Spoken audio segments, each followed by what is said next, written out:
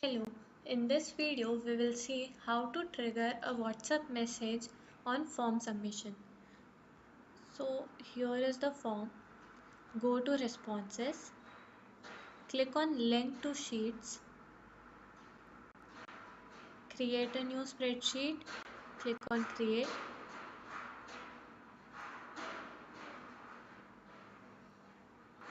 Kindly remove these responses from the sheet name. Now click on extensions, app scripts.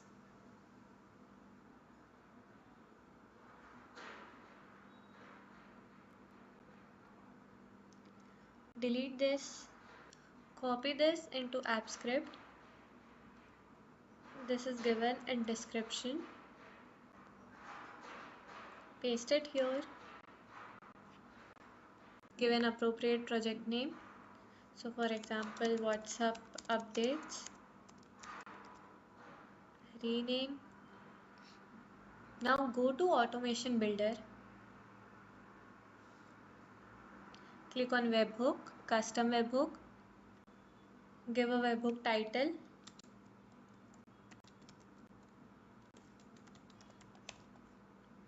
Generate hook. Copy the webhook URL.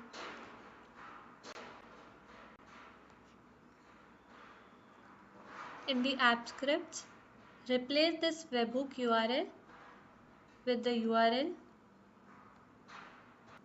Click on Save Project. Now go to Triggers. Click on Add Trigger. On form submit. Select event source. Select event type as on form submit. And then click on save. Choose your Google account. Click on advanced. Go to WhatsApp updates. Click on allow.